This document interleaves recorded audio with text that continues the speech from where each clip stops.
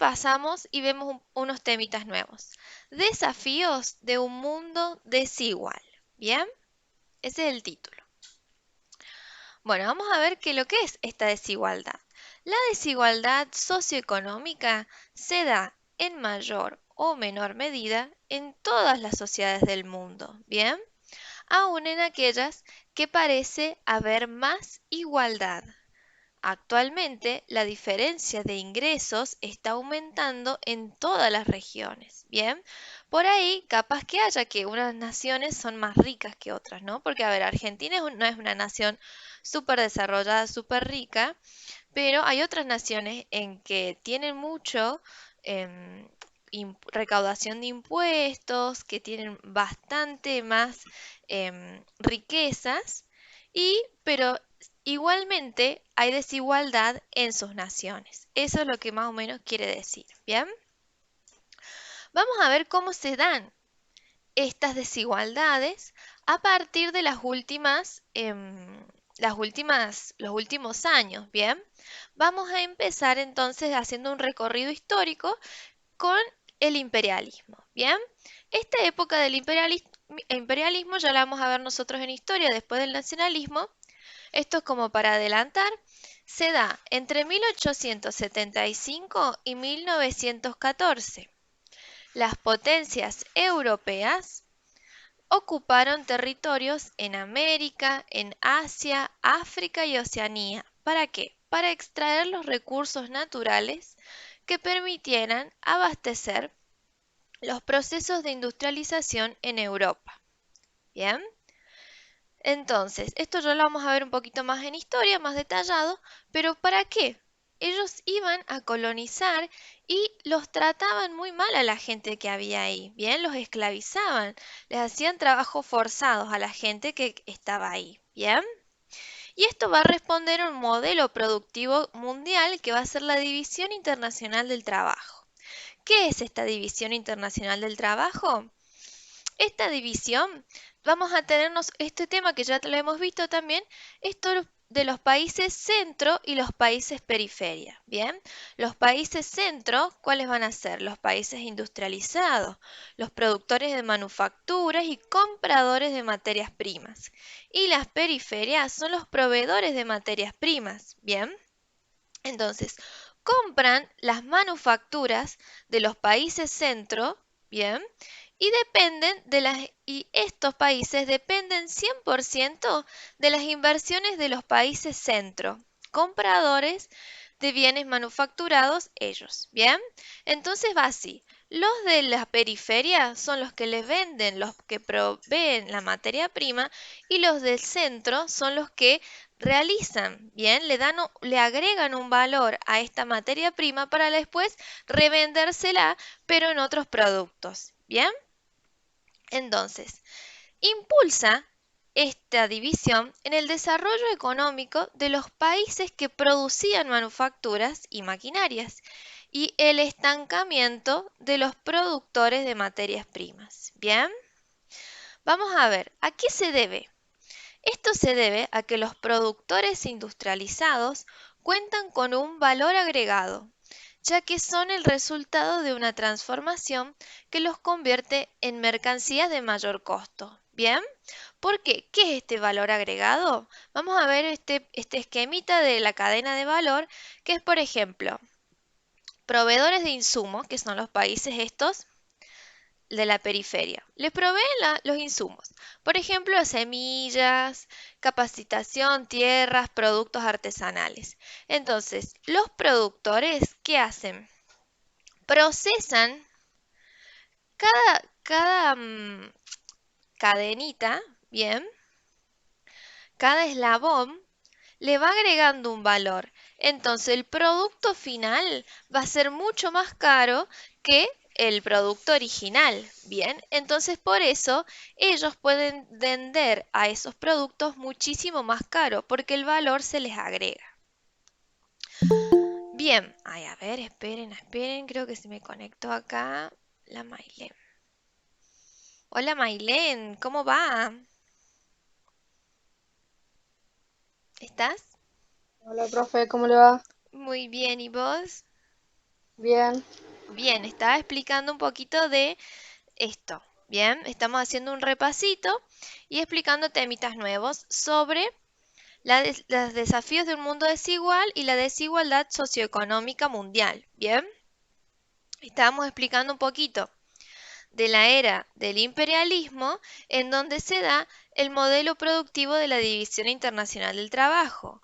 Solo algunos países eran los industrializados y los países periféricos, que esto ya lo vimos, qué diferencia tenía las periferias y el centro, eran los que producían y los que proveían la materia prima. Bien, entonces, Sí. los que iban a ganar más dinero iban a ser los países industrializados, porque al manufacturarlos, se les agrega un valor, ¿bien? Se les va agregando el valor, entonces al final, al producto final, se va a vender mucho más caro de lo que se compró, ¿bien? ¿Y a quién se los vendían? A los mismos países que la producen, ¿bien? Vamos a ver la segunda etapa, que vamos a tener la crisis económica de 1930. Los países industrializados decidieron dejar de comprar materias primas al exterior, ¿bien? Y comenzaron a autoabastecerse. Entonces, ¿qué problema hubo? Estos países ya no le van a comprar a esto, sino que empiezan, además de producir manufacturas, a producir estas materias primas. Entonces va a haber una nueva crisis, ¿bien?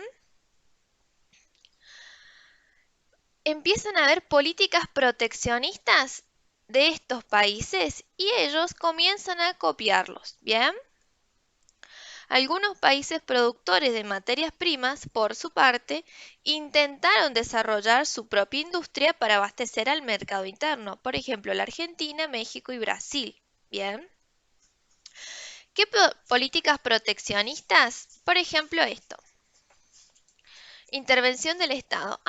Anterior, o sea, acá en la época del imperialismo, los estados tenían esta visión del liberalismo económico, ¿bien? Que había que dejar que sea la economía, ¿bien? Había que dejarla libre, ¿bien?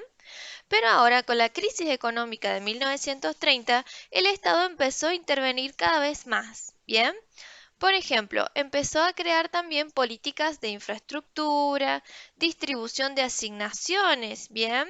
Nosotros hoy en día seguimos teniendo esta políticas de asignaciones familiares, empresarios. Entonces, ¿qué va a hacer? Al darle dinero a la gente, lo que ellos suponen, estos los mecanismos del keynesianismo, es que va a aumentar las rentas de la familia, va a aumentar el consumo, va a aumentar la producción y la contratación. Entonces esto va a hacer que aumenten los ingresos fiscales. ¿Qué son los ingresos fiscales? Son las boletas, lo que nosotros pagamos, los impuestos, ¿bien? Entonces va a ser un equilibrio y todo se va a mantener. Eso es lo que decía el keynesianismo. Bien, vamos a ver. Varios años, esto es un ejemplo también de algo, de uno que se pudo industrializar, porque antes era un país de materia prima, es Corea del Sur. Varios años después de la guerra de Corea, Corea del Sur inició un proceso de industrialización y en las últimas décadas se consolidó como potencia tecnológica. Esto es hoy en día la capital de Corea del Sur. Miren qué gigante que es. Y es una isla. Bien, la globalización. Esta es la última etapa. Surgieron países que habiendo iniciado un proceso de industrialización años antes, comenzaron a ser elegidos por empresas multinacionales para instalar sus plantas fabriles. ¿Qué quiere decir?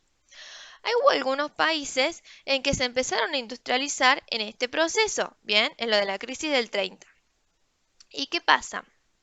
Ofrecen diversas ventajas locacionales, como por ejemplo bajos salarios, incentivos impositivos y un buen nivel de producción. Por ejemplo, la India, los países asiáticos, por ejemplo la India, Malasia, Taiwán, China, tienen industrias en donde se les paga muy bajos sueldos a estos obreros, bien, a estos trabajadores. Entonces, grandes marcas como por ejemplo Nike, como por ejemplo Adidas, como por ejemplo un montón de otras marcas, no sé, súper famosísimas como Chanel, todas esas marcas súper caras, llevan sus productos a estos lugares para que se produzcan en masa, ¿bien? Entonces, se les sale mucho más barato que producirlo en sus propios países, ¿bien? Para analizar el desarrollo de los distintos países del mundo, se utilizan distintas herramientas, ¿bien? Que vamos a ver estas herramientas, que facilitan la comprensión de la distribución de la riqueza y la calidad de vida de la población, ¿bien? Entonces, vamos a ver dos herramientas o dos características que nos van a ayudar a ver cómo es el desarrollo de cada nación. Para el desarrollo económico, nos vamos a guiar por el PBI, que ¿qué es lo que es? Apunta a la capacidad productiva de un país, es decir, a la riqueza de la sociedad, determinada en su conjunto que lo que puede acumular, ¿bien? Entonces, con el PBI vamos a medir el desarrollo económico, ¿bien? O sea, lo que produce un país, cuánto gana un país monetariamente. Y para ver cómo vamos a evaluar la calidad de vida de las personas, es importante analizar la distribución de la riqueza, debido a que un país rico puede poseer gran parte de su sociedad en situación de pobreza. ¿Por qué? Porque quien más tiene la riqueza son una porción muy pequeña de la sociedad. Y para eso vamos a analizar el desarrollo humano con el IDH. Bien, es el índice de desarrollo humano y esto es el Producto Bruto Interno. Bien, eso es el temita nuevo. Pero vamos a ver hoy nada más, ya la próxima clase vamos a ver esto y hoy vamos a ver el PBI. El Producto Bruto Interno, el PBI, es el valor monetario de los bienes y servicios finales producidos por un país en un periodo determinado, que suele ser de un año. Bien.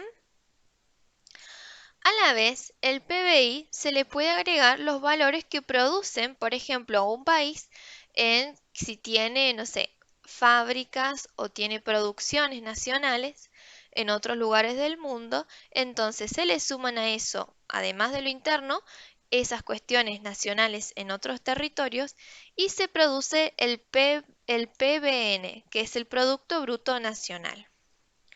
Y además, el PBI se puede dividir por la cantidad de habitantes y se puede sacar el PBI per cápita, ¿bien? ¿Qué es? Es el Producto Bruto Interno dividido en cada habitante. Pero bueno, esto no podemos dejarnos guiar bien por esto, porque bueno, es como, imagínense, de la riqueza total se divide en cada persona, pero eso no nos va a evaluar esta calidad de vida de las personas, sino que es un aproximado, ¿bien? Bueno, eso es lo que vamos a ver hoy. Es muy poquito, ¿bien? Pero ahora les voy a agrandar esto. Ahí está. Desafíos de un mundo desigual. Este es el texto, también es re cortito, yo digo que yo le puse muchas imágenes. Indicadores del desarrollo y el PBI. Bien, y vamos a hacer estas dos preguntitas. Tienen que elaborar una línea del tiempo e indicar los siguientes periodos: la era del imperialismo, la crisis de 1930 y la globalización. ¿Cómo van a hacer la línea del tiempo? Por ejemplo, pueden hacer como una reglita así. Entonces ustedes van a marcar desde dónde empieza hasta dónde termina. Acá con respecto a la crisis del 29 más o menos, van a marcarla hasta la globalización, que la globalización, bueno, tienen que buscarla por internet o lo que hayamos visto nosotros, más o menos desde dónde hasta dónde. ¿Bien? Van a agregar los añitos, lo pueden poner con color, eso todo en sus carpetas. Y después, la segunda pregunta que van a hacer es ¿por qué el PBI no es un buen indicador de desarrollo? Bien, esto lo vamos a agregar desarrollo humano. Bien, porque es un buen indicador de desarrollo económico, pero no humano. Bien, y eso lo van a, después de leer esto, van a contestarlo. Pero bueno, no es mucho.